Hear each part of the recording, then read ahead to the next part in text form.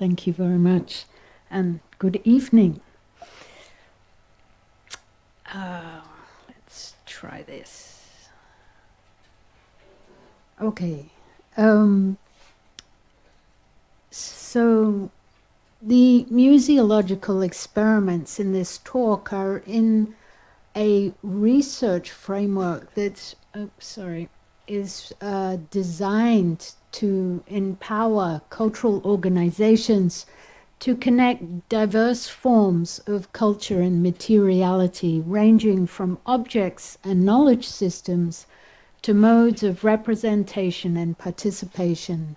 And at my laboratory, we've developed a framework for computational museology, which is connecting machine intelligence to data curation, ontology, the world of knowledge, to visualization, and communities of publics and practitioners to and through embodied interaction through immersive interfaces. So the research builds on a history of 25 years of designing interactive frameworks for public engagement with cultural heritage, initially located at Museum Victoria in Melbourne, Australia, where we started to build these large-scale systems for mass public engagement with cultural heritage. I then started to work with universities to help sustain this kind of research and its infrastructure at the forefront of computer graphics. Co-established the Applied Laboratory for Interactive Visualization and Embodiment at the Science Park in Hong Kong with 8 large-scale systems, and then returned to Australia to build the Expanded Perception and Interaction Centre at UNSW. And just so you know what you're looking at here on your right-hand side of your screen, a small 7-meter diameter panorama. It's comprised of 56 projectors and a 29 computer cluster, so 120 million pixels in 3D. It's 60 times the resolution of a head-mounted display. And it's at the edge of human visual acuity, and it was designed to solve visualization problems for complexity and big data in the humanities and the sciences. This is our current partner laboratory, the Visualization Research Center in Hong Kong. And then in my lab at EPFL, we have 12 large-scale systems that offer us strategies for multi-sensory engagement, encouraging or emphasizing human-to-human as well as human-to-machine interaction, giving us powerful ways to reformulate narrative in a digital context. Last year, we also created a new company called Immersive Unlimited Limited. It's shown here at the Hong Kong airport. It's like a luxury brand of immersive experience with a touring or a series of touring LED 360-degree 3D platforms, emphasizing rich content, deep immersion, and socially engaged systems. Another optic for the research that we've been doing can be found at the EPFL pavilions in Lausanne, which is currently closed due to building works. It's located inside this seminal Kengo Kumar building and serving as an amplifier for art and science in society. A few of our recent exhibitions, The Nature of Robotics, An Expanded Field, Deepfakes, Art and Its Double, Lighten Up on Biology and Time, Cyber-Physical, Architecture in Real Time, the show that we just closed, Musica Ex Machina, Machines Thinking Musically, about the whole history of algorithms in music, Cosmos Archaeology, Exploration in Time and Space. And most of these exhibitions are touring all over the world. This show is currently at the National Museum of China to celebrate 75 years of Sino-Swiss relations. It's the third venue for this exhibition in China, developed in my laboratory, together with astrophysics, a visualization of the largest data set of the known universe in 27 orders of magnitude. So that's a kind of lengthy preamble to a series of 7 thematics that I'm going to introduce to you today. The post-processual archaeologist Christopher Tilley says kinesthetic approaches to landscape stress the role of the carnal human body. The way we perceive and relate to visual imagery is fundamentally related to the kinds of bodies we have.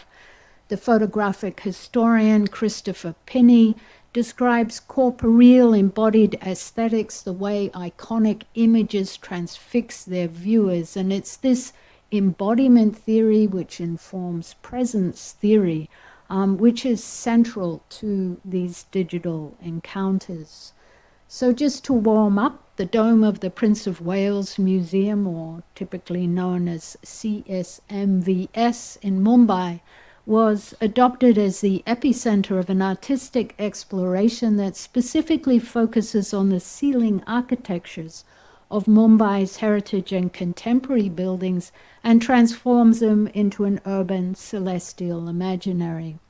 Mumbai's architectural heritage is unrivaled in India. It has one of the largest representations of grand neo-Gothic style architecture, numerous examples of Indo-Saracenic architecture, and it has the largest number or concentration of Art Deco buildings of any city in the world. So we shot 168 gigapixel images throughout the city. This is the Dr. Bao Dajilad Museum, but also some contemporary buildings such as Terminal 2, the then New Mumbai Airport. We took our 6-meter dome under the 60-foot dome of the museum, and about 2,000 people came to lie down every day and rediscover their city with fresh eyes. So open to all, it gave new perspectives on the many spaces that are socially exclusive despite their public heritage status. The work uses a computer vision algorithm which randomly selects any pair of images and creates a unique transition between them. So in effect, you can lie there all day and never see the same thing twice. The perceived hemispheric curvature of full domes have been rendered architecturally by many cultures throughout the world and used to enfold the most sacred of environments, from Buddhist stupas and Jain temples to Islamic mosques and Christian cathedrals. Dome constructions are places of ritual, communion, and transcendence. And early developments in dome projection theaters, such as this one, emerged from attempts to stimulate the spherical gestalt of the human visual field and were designed to exploit and extend sensory perception. It is the psychological, sensorial, perceptual, and cognitive qualities of immersion that have driven many museums in the direction of virtual reality, or the so-called immersive revolution at the heart of the age of experience. In collaboration with Anagu elders in the National Museum of Australia, we created 2 dome experiences, Travelling Karangalpa, the songline of the 7 Sisters. This songline portrays one of the most defining and predominant meta-narratives chronicled in ancient mainland Australia, which had never been told in the public domain until this exhibition. A traumatic history of colonial contact made its custodians wary of disclosing details of their sacred knowledge, and yet this songline was in jeopardy. Transmission was in jeopardy. So this project was 7 years in the making, from the day the community came to the National Museum and asked them to help bring their songline into the public domain. And the digital dome was chosen by the elders and used for this project to simultaneously express the sphere of the world around us, the sky above and the ground below, enveloping viewers as they lie supine as these creation beings travel the landscape, leaving land formations in their wake, such as Cave Hill and the constellations Pleiades and Orion. The work involved photogrammetry of a sacred cave that had never had a photograph taken of it until this time, time-lapse photography, germ-based panoramas, gigapixel imaging, as well as ambisonics, allowing viewers intimate or visitors intimate views of the stories contained within its sandstone folds.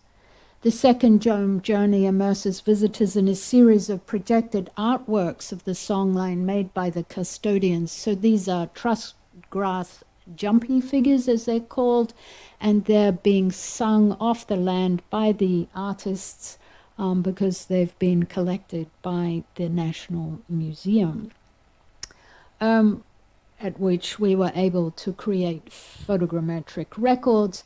And then the elders and the Matu artists painted a series of full-dome images for the system. This led to a complex set of interpretations. This then became a series of animations. So what was important about this was the watershed, really, in indigenous and national government, national museum relations. And it was about this 7-year negotiation. And it was also an important collaboration with the university. We were able to write a research grant, share this dome amongst multiple GLAM sector museums. And I really see it as one of the roles of a laboratory like mine is to help support this kind of work with large-scale infrastructure. It's won numerous awards. It's currently touring all over the world. It was in Europe at the Humboldt Forum. It was at the K. Brownlee, in fact, in India, and also it's currently in Finland. And will go to the National Museum of China later this year. So this was from the French Parisian show.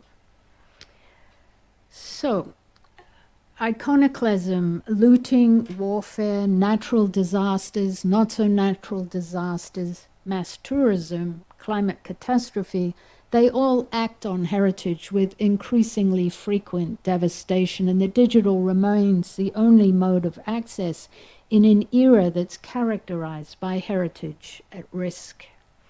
We're now at the edge of the Gobi Desert in China at the Dongguan Caves at the nexus of the Silk Road. This World Heritage Site has 492 caves carved into this escarpment. Inside are 45,000 square meters of painted frescoes and over 2,500 stucco statues, crafted by Buddhist monks over a period of 1,000 years. This sublime art treasury is like nothing else in the Chinese Buddhist world. So most of these caves are permanently closed to the public to ensure their preservation, and the digital is thus the only mode of visitation in this era of heritage at risk. So there's an enormous preservation effort underway there. 60 full-time photographers, they camera array, photograph the caves. It takes 3 months. They laser scan, they stitch all the data together in situ, so it's a fairly monumental operation. And we designed 5 projects, the Pure Land projects, to activate the kinesthetic spatial responses of viewers.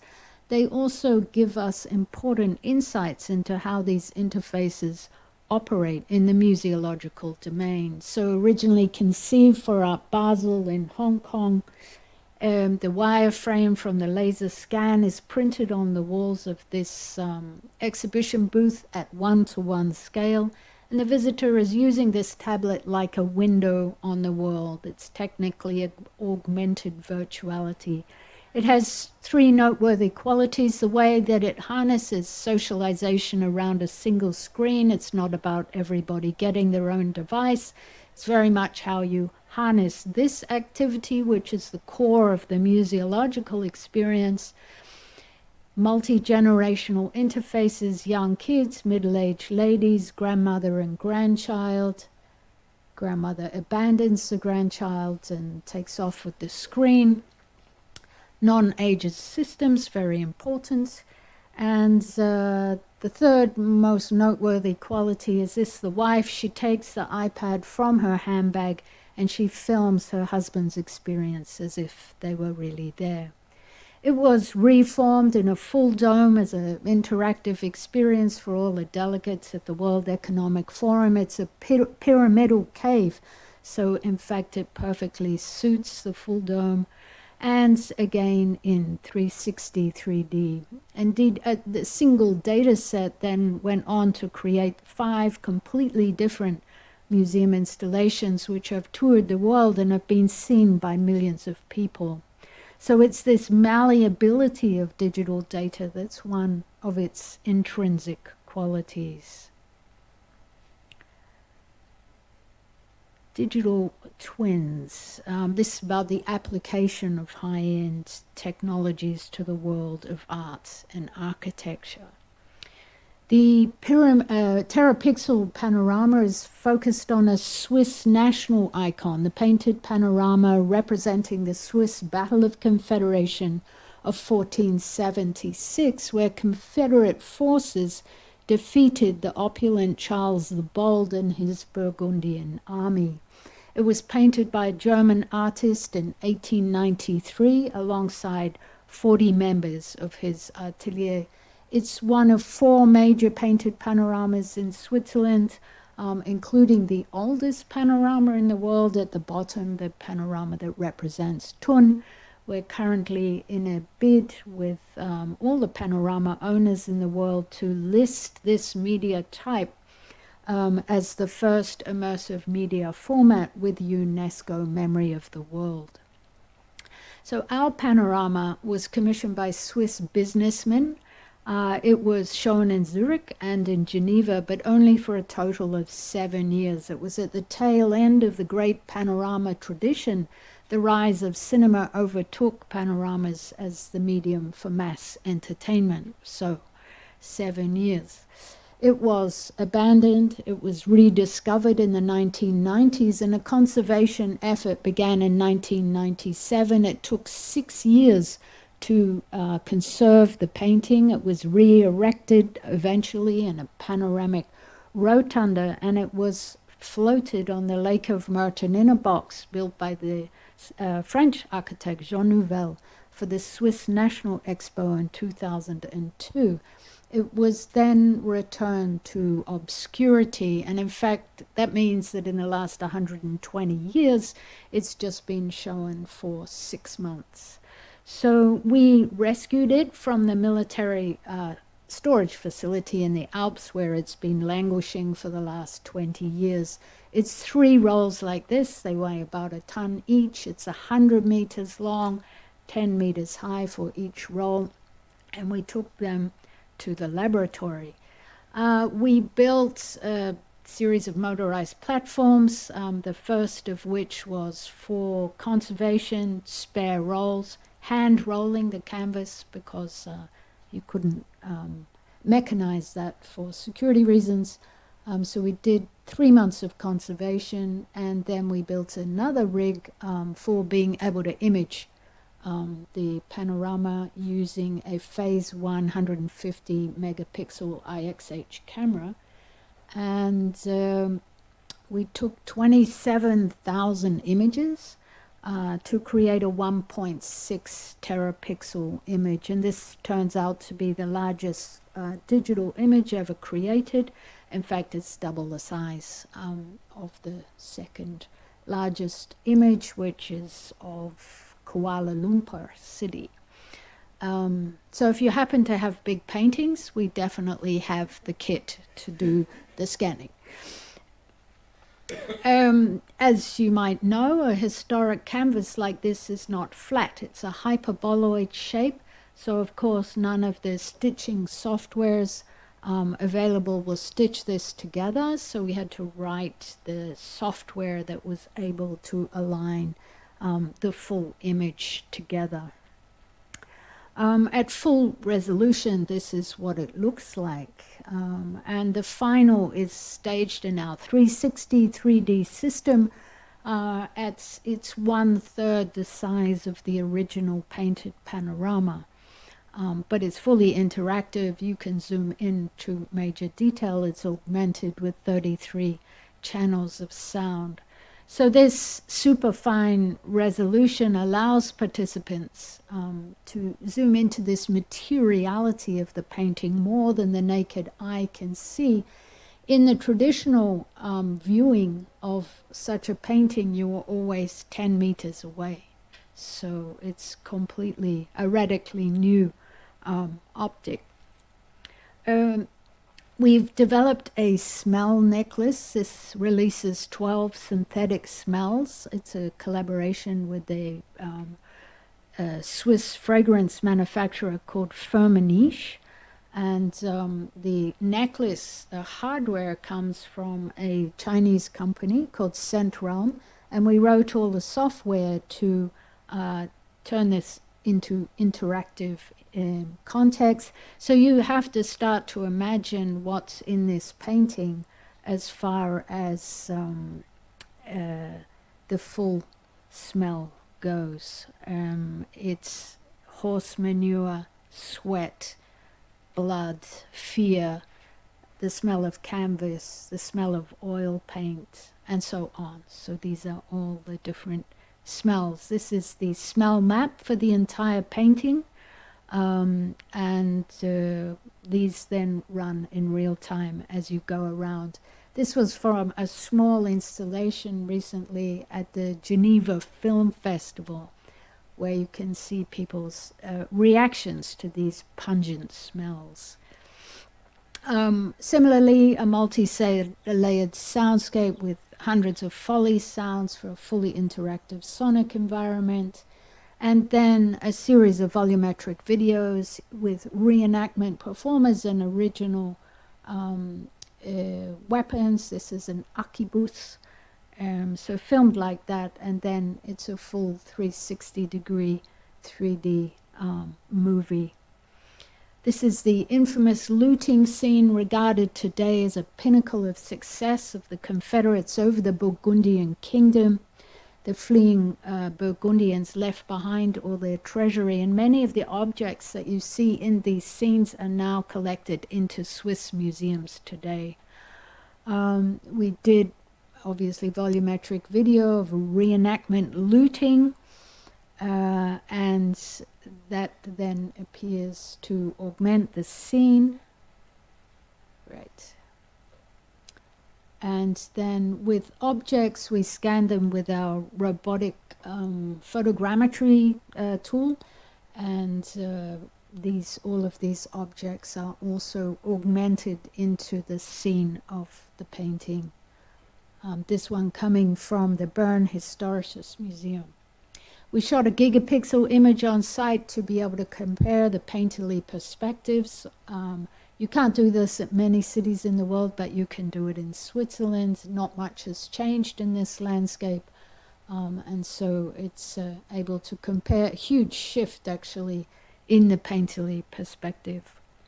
We've developed a website for those that are interested. It's a fully zoomable terapixel panorama website with many, many narratives there in 4 languages. And we also have a IIIF scholarly platform mainly for medieval historians to start to annotate the painting.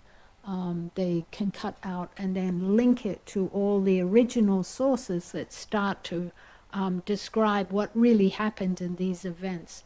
Obviously, we're working on a 19th century painting of a 15th century event. So fact and fiction are nicely blurred in the political agenda of the day. It's going all over the world. This is in Hong Kong for Swiss Month. At the Geneva Film Festival. It's currently at Museum for Gestaltung, in Zurich in a show called the Museum of the Future, 17 digital experiments that you can see here on a 12-meter screen. Next month it's going to San Francisco in a new system called the Panoramic Navigator, which is a small rotating field of view, unlimited zoom in and out. So it's a kind of play on the panoramic view. And it'll be for 15 months at the Bern Historisches Museum for the 550th celebration of the battle in 2026 in our full 360. It'll be at Merton Museum, it'll be in Grandson Castle, and we're hoping to develop the real-time version for the Lucerne Planetarium. So once again, you see this malleability of the data into different optic phenomenon. So we live in a world where the searching in archives remains rooted in archival conventions for grammatocentrism, where expert knowledge is the key point of access. And in a world of cultural big data, we need to design new strategies for being able to get inside the archive. And this is where discriminative AI comes into play, large language models and so on. But we'll start here with jazz luminaries based on EPFL's seminal Montreux Jazz Digitization Project, which is a UNESCO-listed Memory of the World archive. And in fact, Kirill worked on this project. Jazz Luminaries is a constellation of jazz greats from the 11,000 hours of that archive, and the installation cuts, remixes, and replays 5,400 artists and 13,000 videos from this total archive of 11,000 hours. And the neural net-like image that you see here represents the social network of the artist. So each node is an artist, and the clustering is based on the link strength between the nodes. So the clustering is based on the number of times one artist played with another artist. So potentially, depending on whether you're a jazz person, you might know who's at the very center of the spaghetti. So it's B.B. King in this case. But it just means he's older and, he went to Montreux a lot. So visitors are lying under the dome. They've got a spherical ball in their hands, and they use this to navigate inside the constellation, emulating the hemisphere of the full dome in which it's staged. And the search paradigm is akin to tuning a radio. It's searching by listening. That circumvents this lack of public knowledge into who the jazz greats actually are. So we have the full archive available for searching at the EPFL, and we know that people only search for the top 10 artists, Ella Fitzgerald and, the usual suspects. And so this is a way of forcing you in without giving you metadata to do that with. So it's a serendipitous journey of discovery. So it unfolds in 3 layers. It's all of the performers' samples. It's then all the songs by a particular artist, samples, and then it's the full song from the beginning of the clip. It's all archival material. It's very 1970s retro graphics.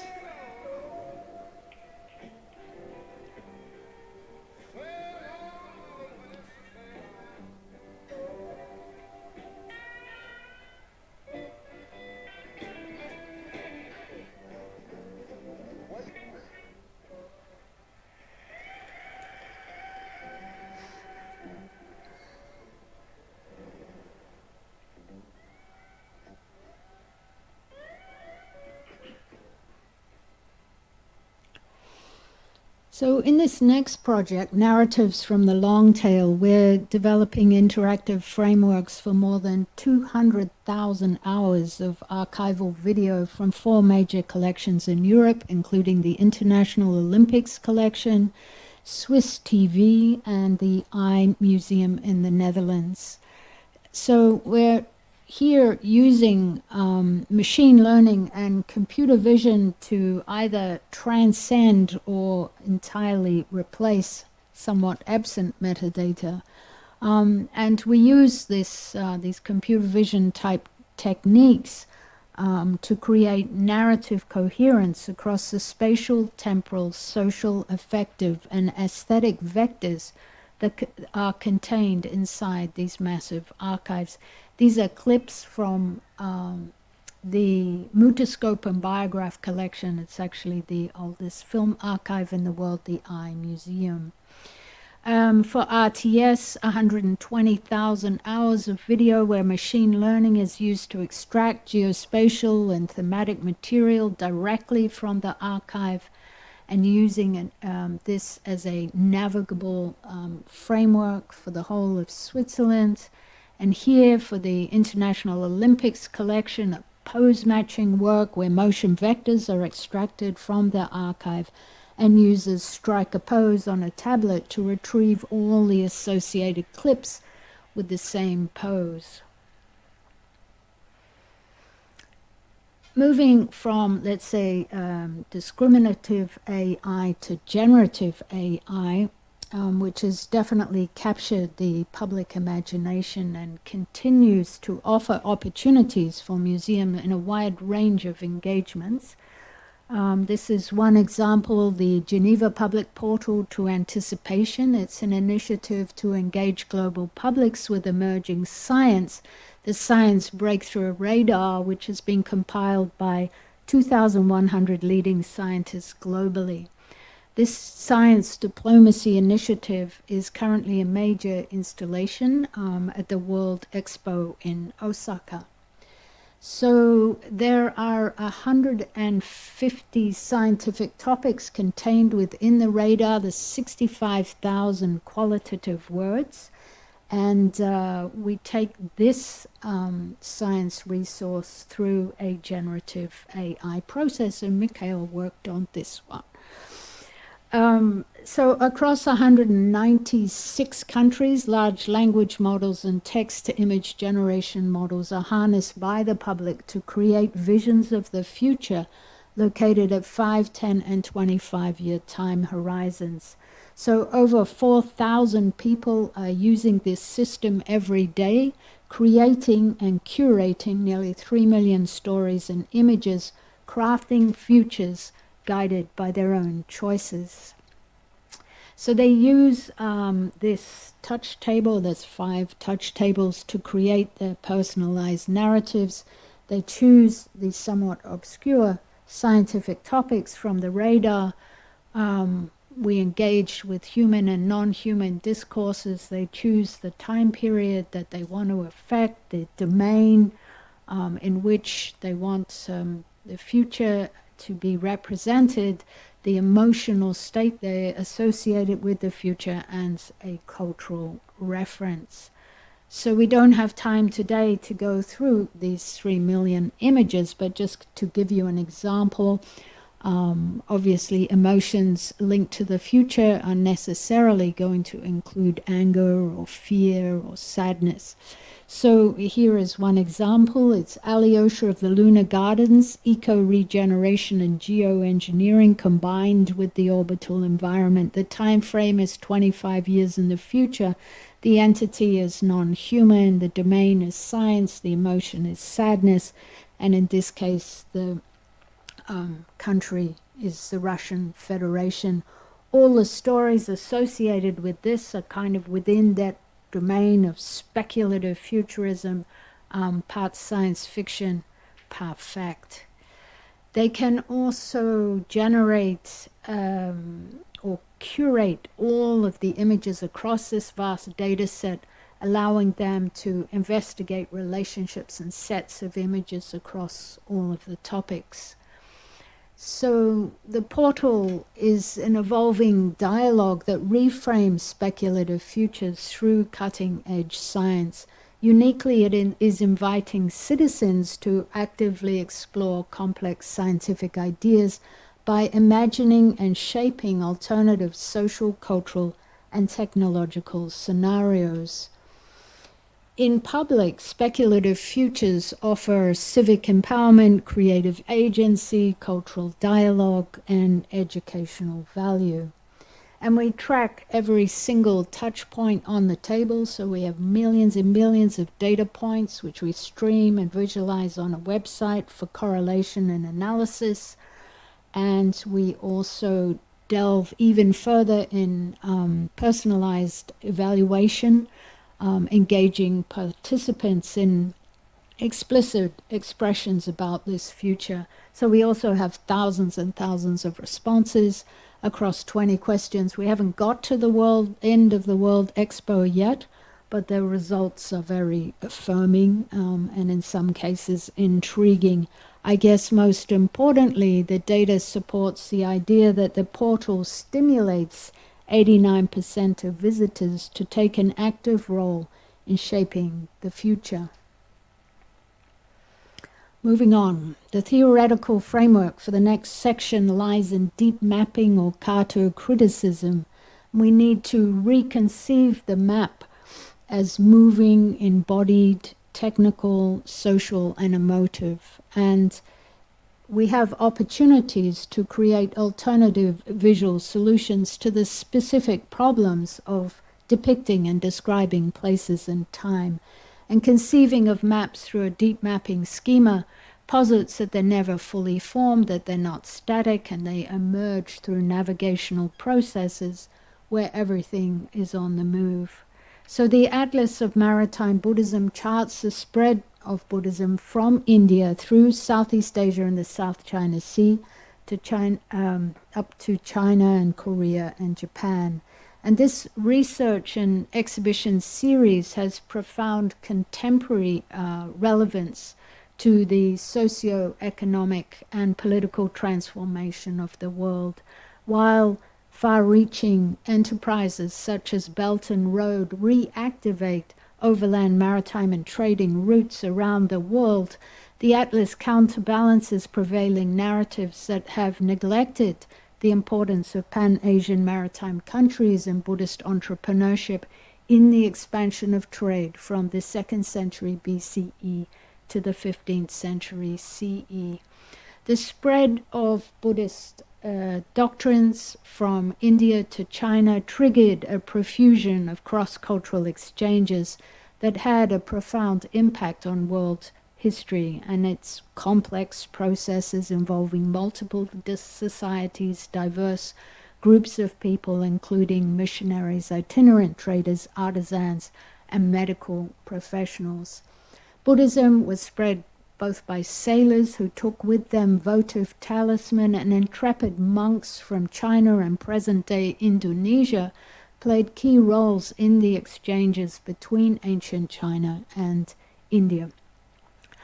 Monks introduced new texts and doctrines to the Chinese clergy, and they carried and distributed Buddhist paraphernalia for the performance of rituals and ceremonies, and provided detailed accounts of their spiritual journeys.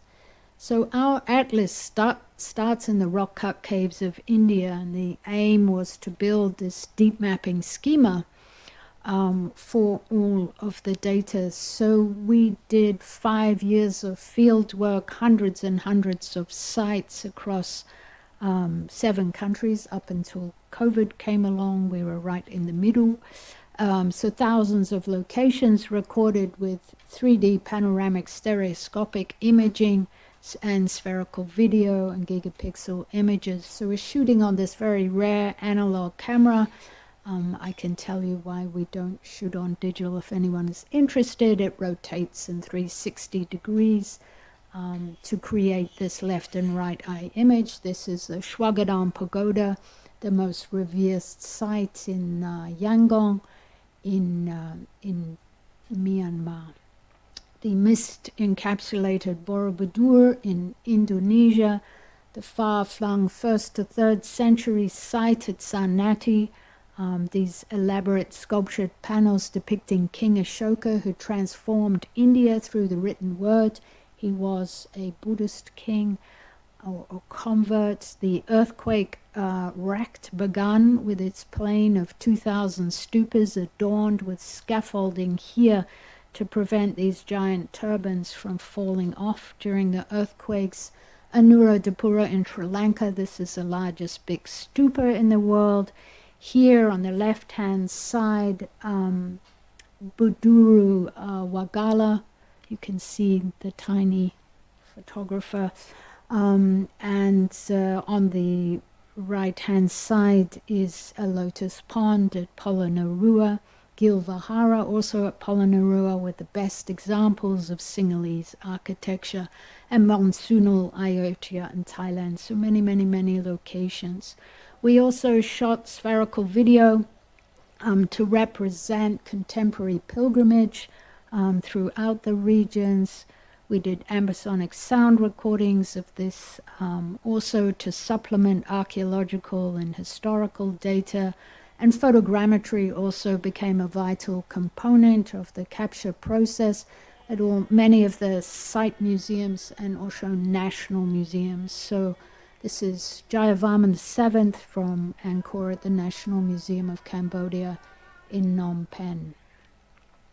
And so we now have hundreds of seminal sculptures, including really some of the most important Buddhist sculptures in that region.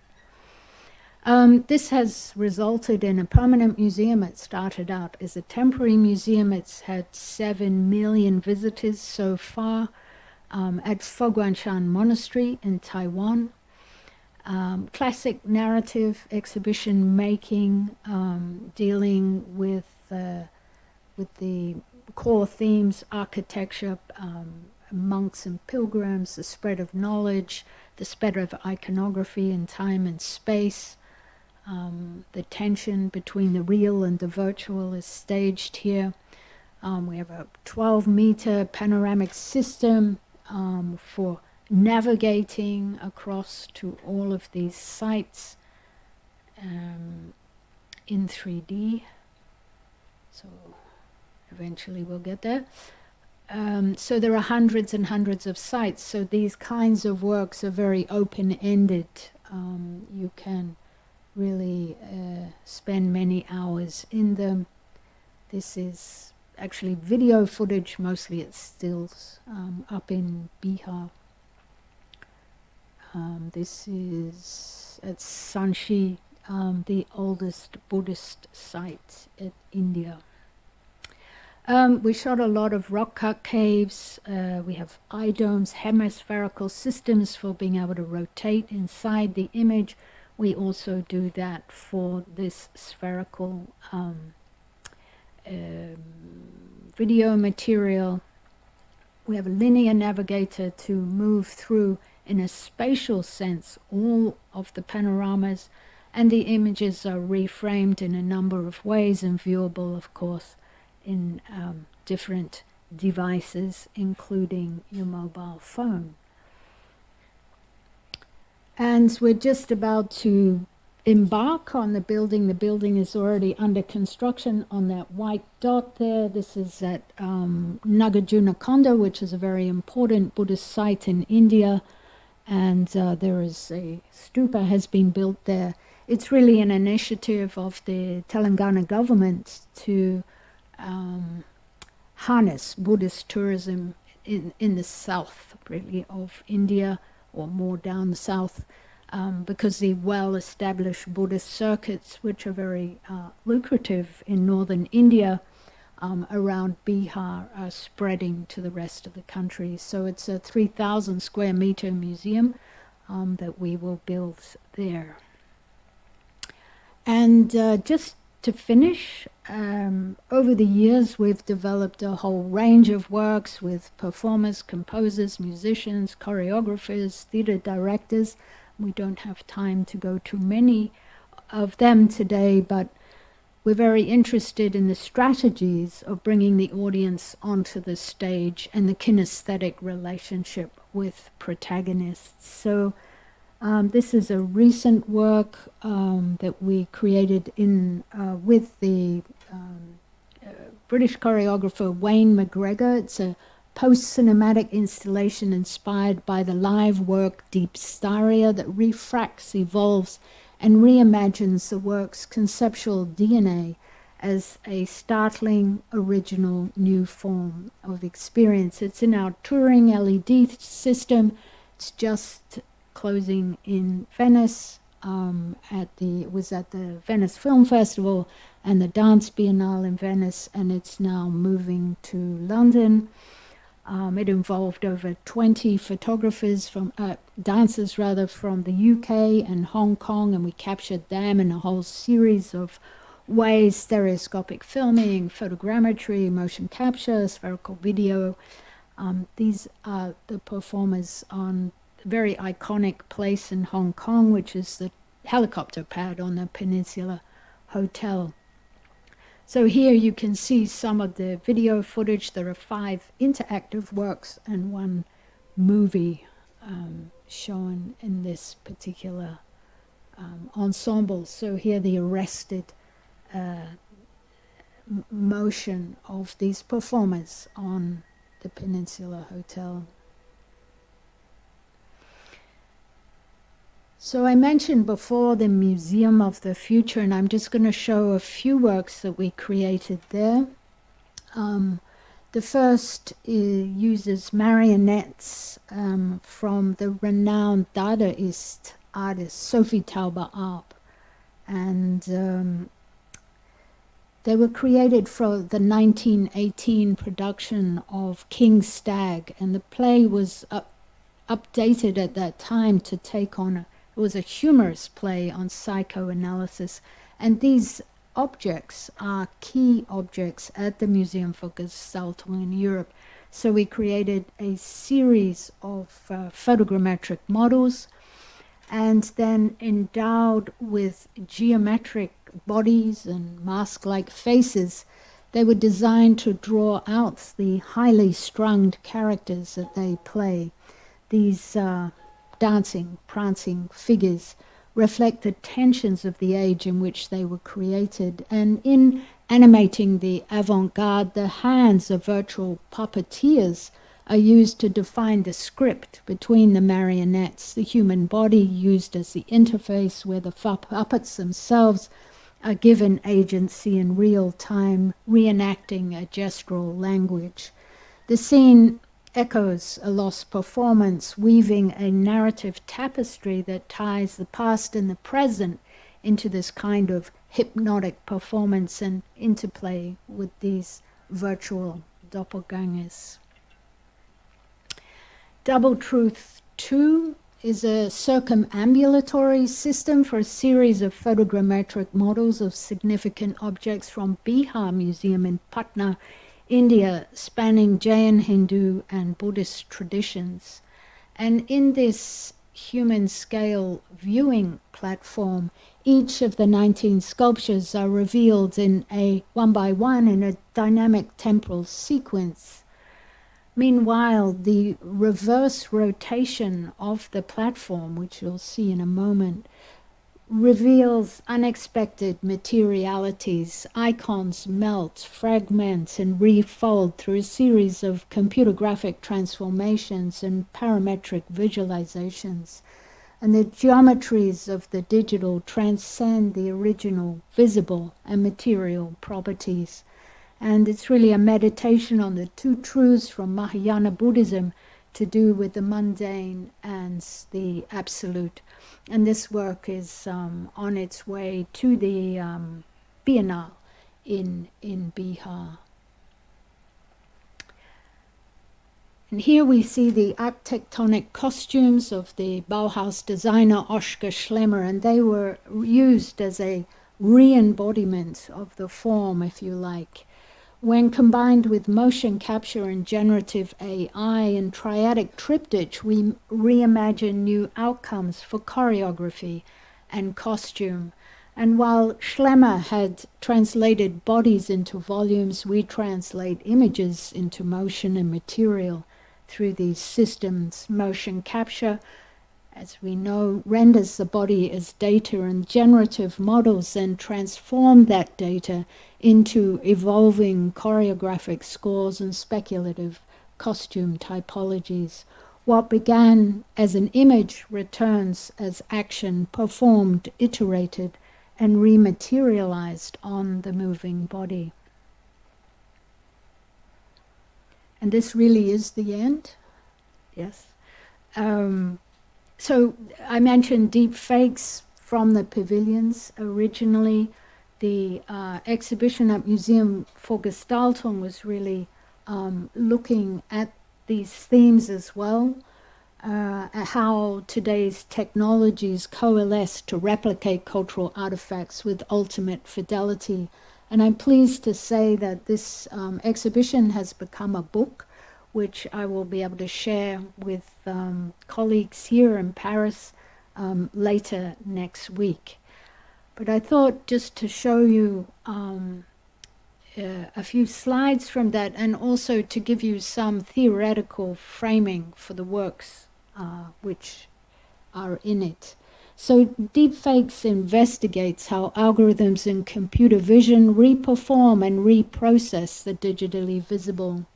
It presents the ways in which these digital twins are exposing the optical unconscious of art, calling us to re-examine once again objecthood itself. Remediated through participatory interfaces such as mixed, augmented, and virtual realities, the exhibition created new performative platforms for the complex archetypes that emerge out of computational practices as they intersect with art heritage. Through 21 installations, the exhibition was equally focused on affirming and activating visitors' sensory experiences, while also grappling with the critical implications of digital materialities that objects possess in post-original form. Cultural deepfakes, as I came to call them, have manifold significance. They're technologically empowered to offer forensic insights into invisible dimensions, generating unforeseen hypotheses and connections. These art science phenomena also propagate powerful auras that rise to the surface, entangled with the effective qualities of the originating sources. Such augmented replicas are able to draw us into unparalleled tactility with the textures, patinas, and geometries of their counterparts.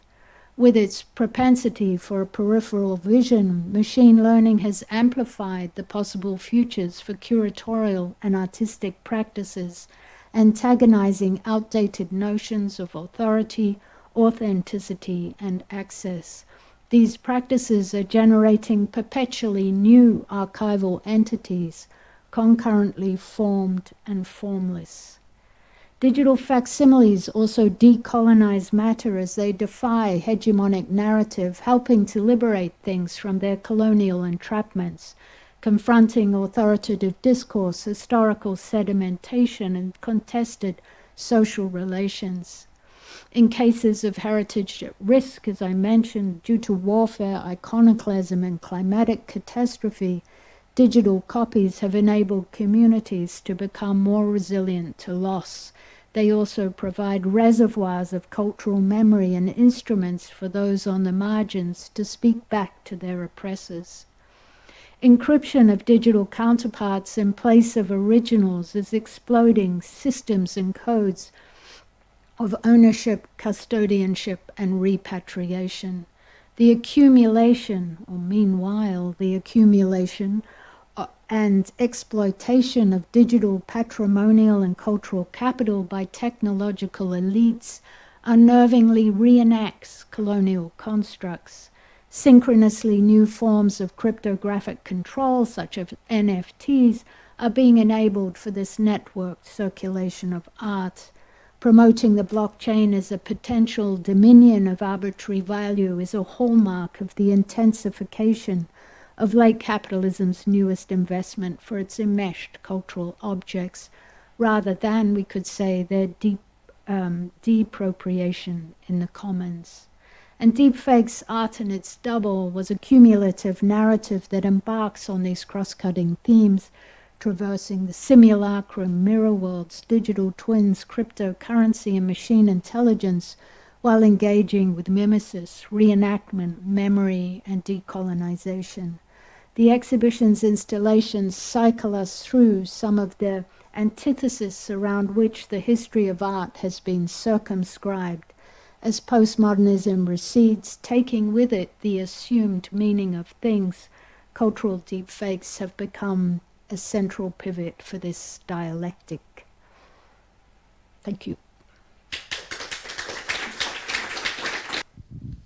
Yes, thank you for this wonderful tour of exhibitions. I have a question regarding the Geneva Anticipation Portal. Yes. So if I understood well, you generate the stories based on the information that the visitor is giving to the machine, and that what kind of feedback do you collect from the visitors? Okay, so the criteria, if you like, was contained in the touch table, but it's not just the visitor input, it's also the scientific text, which is fed through a prompt engineering process. That process does many, many things to align that text to this kind of speculative futurism, also to control the image. So both the aesthetics of the image, what does not appear in the image. There's a lot of negative prompting involved. So in fact, the scripts are quite long to be able to do that. But the visitors themselves, they have quite limited, it's World Expo, 4,000 people a day. They choose 2 types of scientific topic. These are quite obscure names that come directly from the radar. And the point of the exercise was to try and engage public in these topics, okay? So then we have to create some kind of agency. So I was very keen for this non-human, human, non-human. Groups of humans, single humans, non-humans, that we are really creating a world together, and we need to be mindful of that. We know from the statistics that the large majority of people choose single human, right? So we're still very anthropocentric. We also know that they're most interested in their own health. Yeah, great. So these are not new news. And emotional state was also one, and it's changed quite significantly. So it started out as pure joy as the first excited punters came into the World Expo, joyful Japanese. But it's changed quite a lot to issues of trust and interest. So that's good. Far fewer negative emotions attached to the viewers than I thought, and also those negative emotions are more likely to be attached to Europeans or non-Japanese. Yeah, so that's quite an array of different countries there. But the large majority of users are Swiss and Japanese.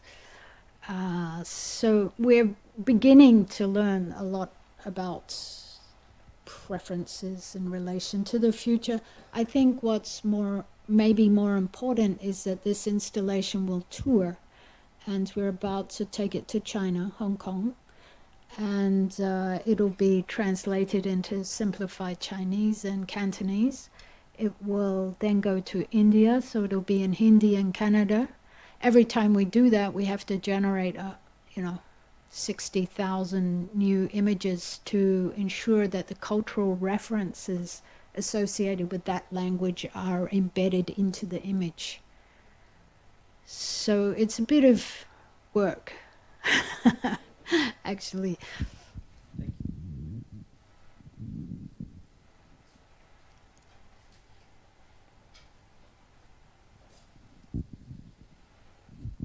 Thank you very much.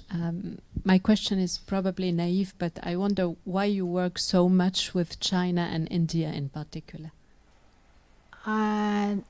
Big, long history there. I used to be a maritime archaeologist, so I used to dig up shipwrecks in the Indian Ocean. So kind of maybe started there. So Oman, China, Vietnam, Sri Lanka, the Maldives, Cambodia, Indian Ocean. I ran the Indian Ocean program from Western Australia.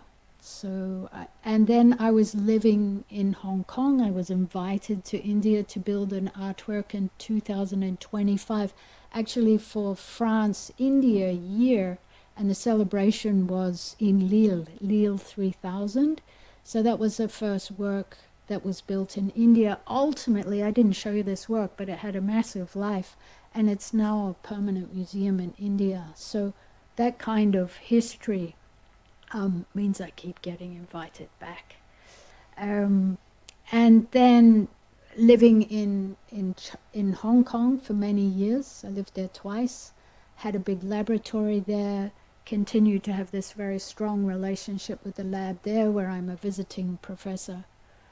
So that's also why, yeah.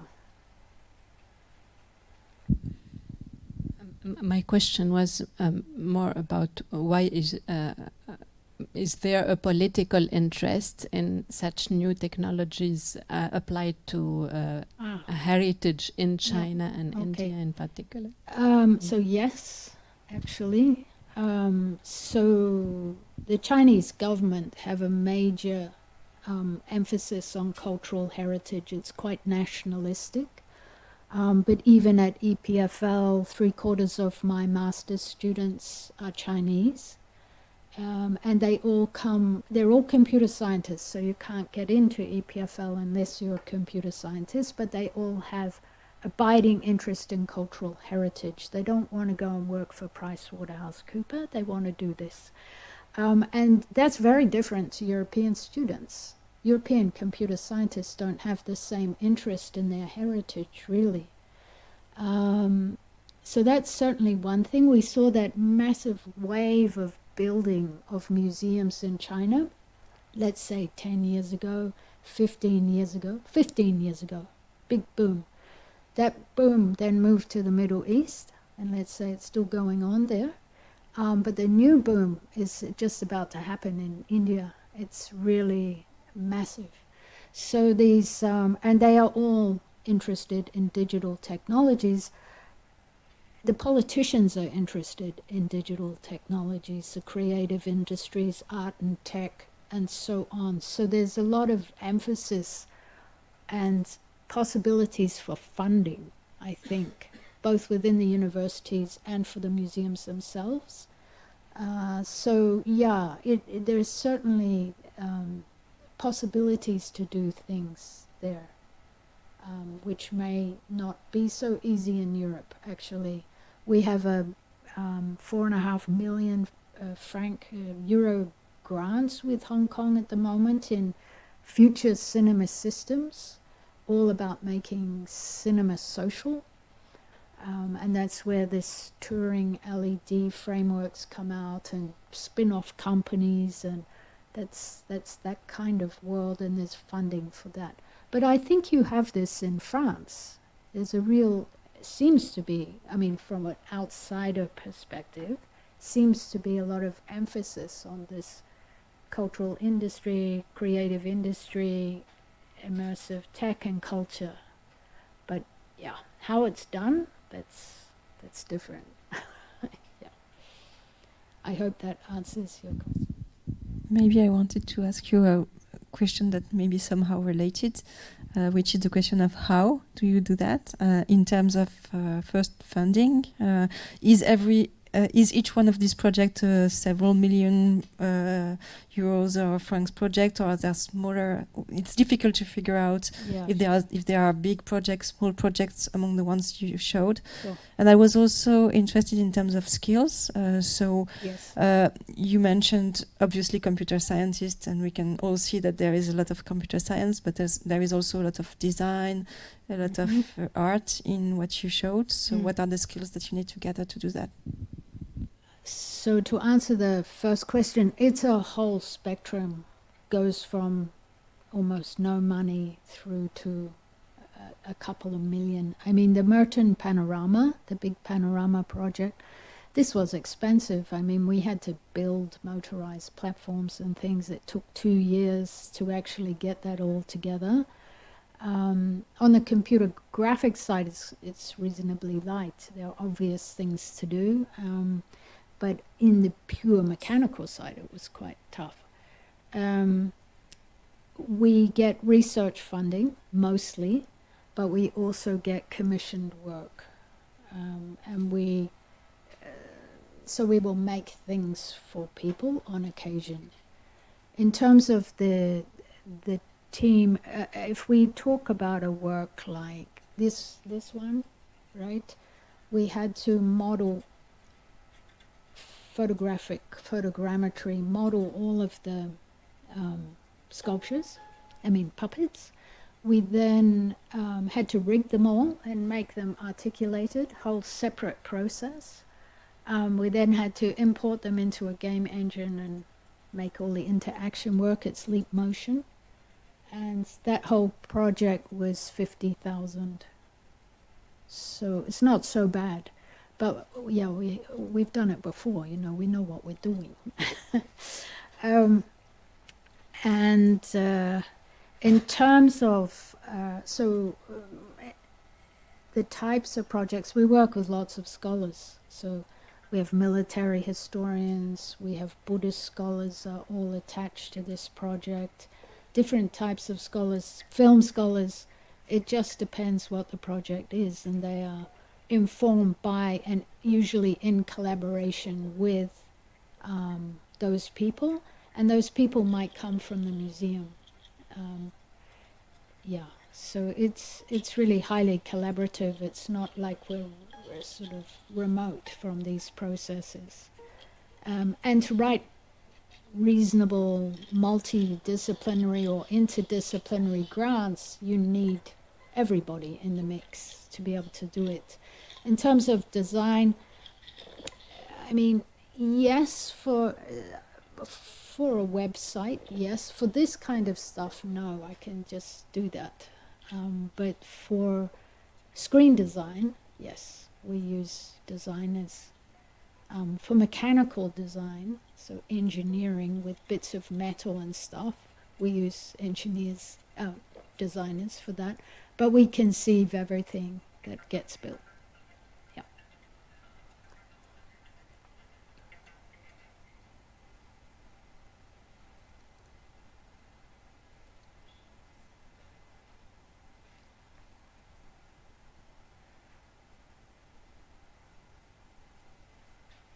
It's okay, it's normal.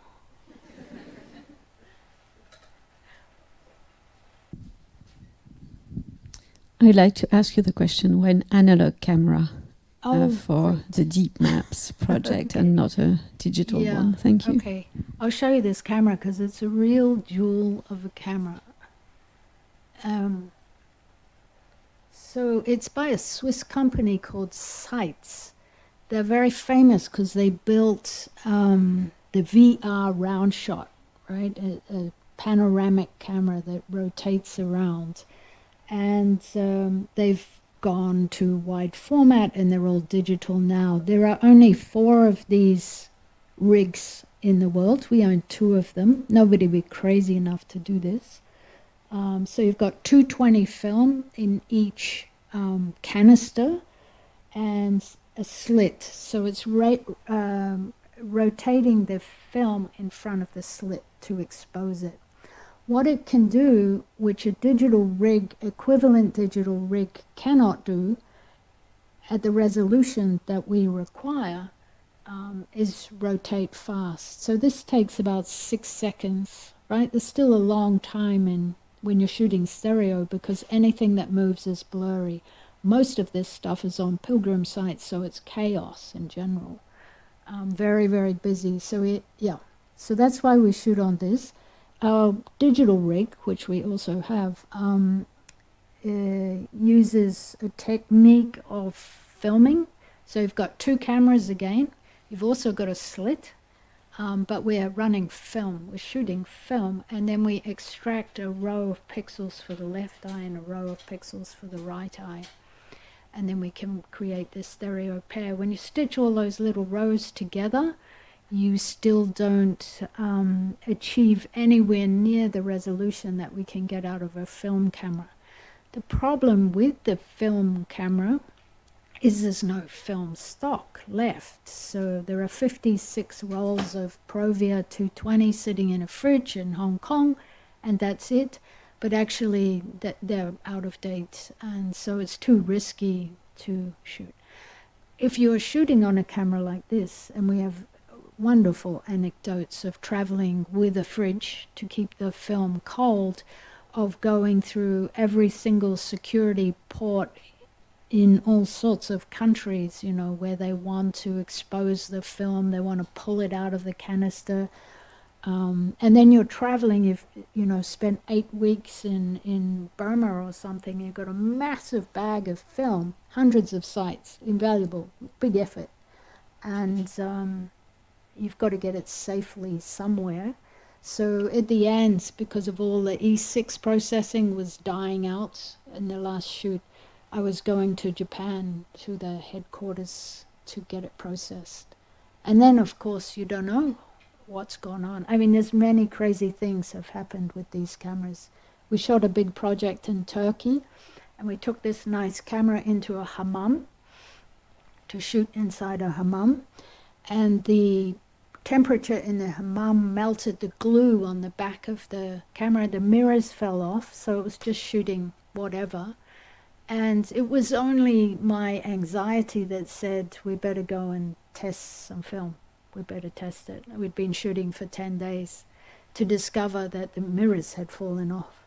So all those kinds of mechanical process where you can't see, it's like the old days. And it gives me deep respect for the photographers that would hike up to the top of mountains and expose plates and all sorts. Also gives me deep respect for stereographic photographers in general from the 19th century.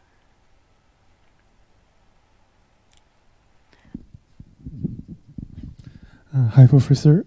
So I'm from Taiwan, and so it's really a pleasure to see my mother then on the screen.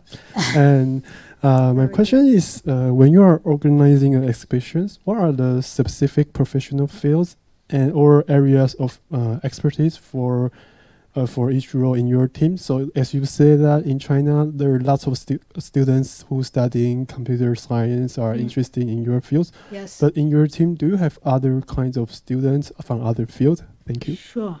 I mean, we do. It's a little tricky at EPFL about how they want to admit students who don't have a technical background. So that's a barrier to entry.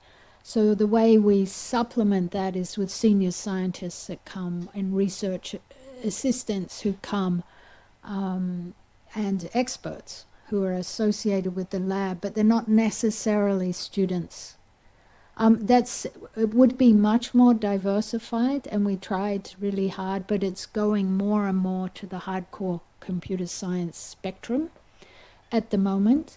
They're all great, but we need to supplement the laboratory with other types of expertise, and specifically domain-specific knowledge. Yeah, so it's a bit. It's quite an unusual course, from a digital humanities course from that perspective, because most digital humanities, in fact, come out of the humanities and they learn digital skills. And at EPFL, it's the reverse. Yeah, but it takes a lifetime to learn a humanities subject as an expert. Hello, thank you so much for this presentation. I was interested in what you said about the expanding boom of museums in India. Sure. And so I was interested also to know, because you travel a lot, so maybe you know about the maturity of the market or the institutions, cultural institutions in Southeast Asia, especially, for example, Cambodia or Indonesia. If you've been there, how do you see the situation there? Okay, so I think Thailand is booming. Yeah. Most of the organizations that we've been working with don't have a huge amount of funding in those regions, Cambodia, for instance. But those situations are changing as these communities become more wealthy in general. There's a rise of the private museum, let's say in Malaysia. I have colleagues working there in textiles, building a private textile museum. It's a heavy investment also on the digital side of those things. So it's certainly beginning, and Thailand is very vibrant in the contemporary art scene, which brings with it a certain amount of, let's say, technology and also of innovation. So, yeah, I would say it's nothing like other places like the Middle East, where they're really able to bring in many experts to, you know, Saudi Arabia, 2030 vision, and so on, to build the expertise around culture, which has been pretty phenomenal to watch. And we'll see what happens next. There, yeah. But I was really struck recently in India. I must have been invited on 10 tenders in the last 3 months in India for, you know, everything from the National Museum on to our little Buddha museum. So it's boom time there. But that's government, yeah, government initiatives. There are private museums in India, like MAP in Bangalore, or the Kiran Museum in New Delhi. These are a wonderful initiative, private initiatives in India as well.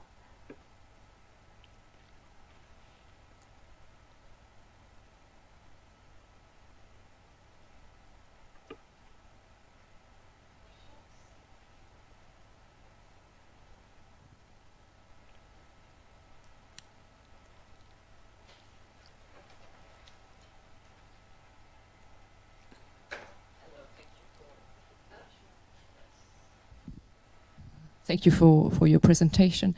How do you deal with environmental impact of digital technology? I mean, in your project, your recent project, maybe it is a subject? Sure. Or, It's often asked.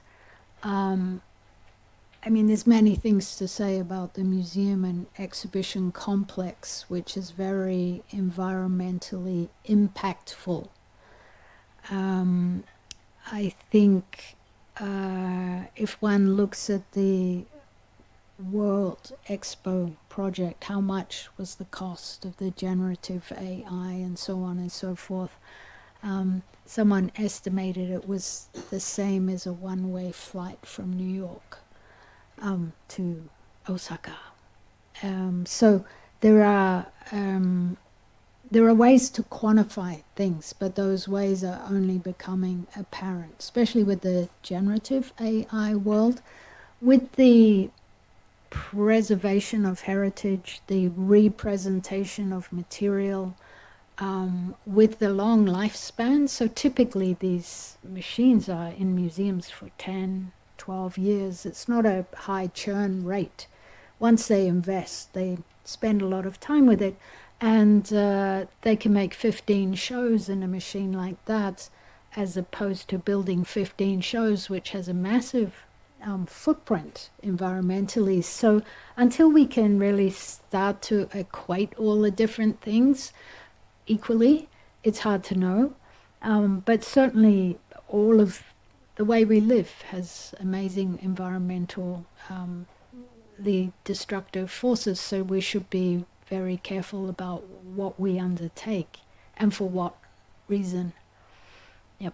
And longevity of the stuff. So I'm a big believer in super high fidelity data, and I'm not interested in models that come off a mobile phone, for instance, because if we create this data once, we should be able to reuse it many, many times into the future, which you can't do with a Gaussian splat.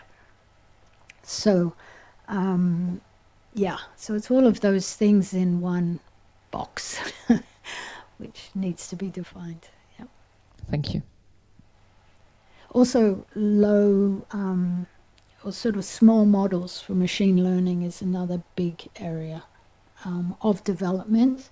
And that can also be models that are specifically for the cultural heritage sector. I mean, that whole discussion around how the glam industry can relate to high tech is exactly in the big data question.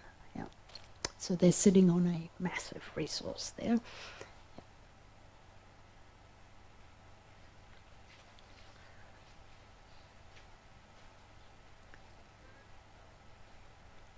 I'm curious about, is those archive data are open to public, and how you maintain and keep this active? Sure. So all the data, so if we take the big moving image archive, like Montreux Jazz, for instance, like the Olympic collection, these are all closed data sets. They will never put them online. Yeah, for rights reasons. I mean, broadcasting, blah, blah, music, etc., etc.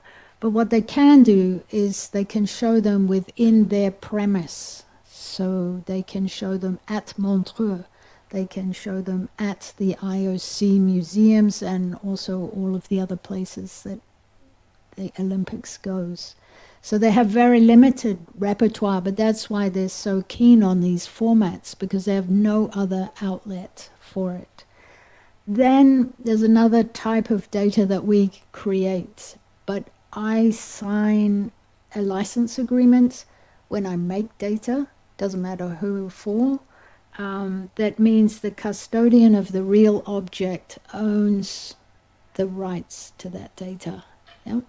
I take from them a license for research purposes only. It's completely the opposite of what the university wants me to do, right? Because they feel they want to own data, but universities shouldn't be collecting cultural data because they have no mandate of care over the long term. So I've been signing those agreements all my life, so I just have a bunch of licenses to use it for not-for-profit purposes. None of our stuff is really shared online, apart from, let's say, the Terapixel Panorama. It's a great website.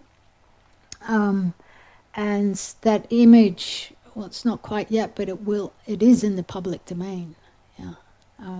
So it will be deposited with the National Library of Switzerland, I hope, as a legal deposit, but it's not quite there yet. So unfortunately, not big amounts of open data. I have another big project, longitudinal project with South Chinese Kung Fu masters. You know, it's like going for 12 years now. Massive mocap data, largest motion archive of South Chinese Kung Fu. And that's all owned by them. So they decide what happens to it ultimately. Yeah. But we do many exhibitions, like 14 exhibitions. Yeah.